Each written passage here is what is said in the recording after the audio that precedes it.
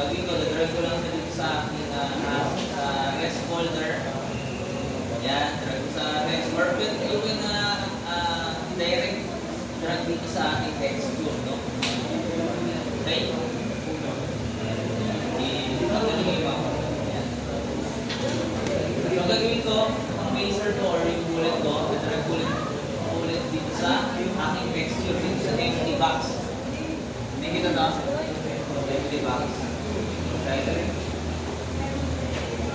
So, ito yung pinaka resolution ng ating game. Kung nakikita yung blue na line. Yan, yung blue na to na line. So, ang gagawin ko, kung ganito malaki yung bullet, napakalaki niyang lalabas yan kung nasa screen yan. So, ang gagawin nyo is to resize this image, no?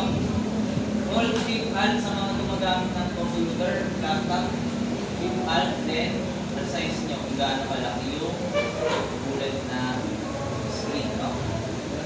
Sa akin, okay na yan. Hindi na dito lang lagi yan sa naka-upper yan dito. Sa upper, ano dito? Upper left dito. Upper left dito. Naka-upper lagi yan.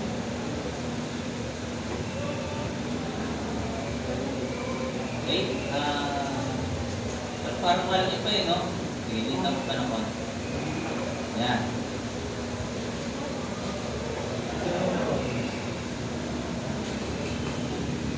Yan.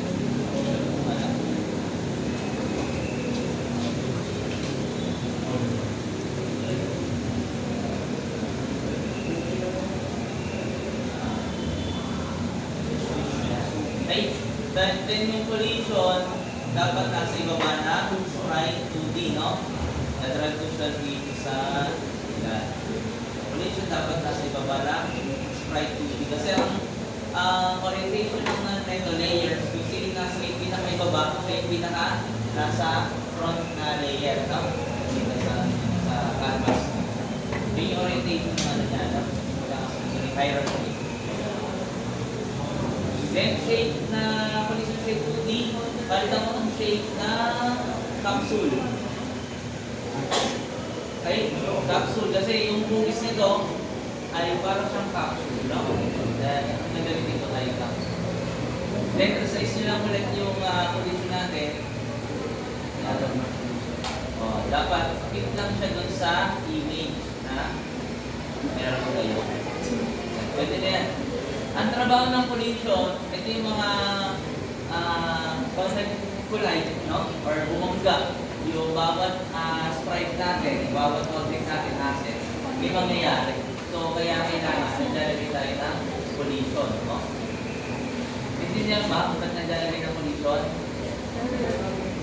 Para sa coding, no?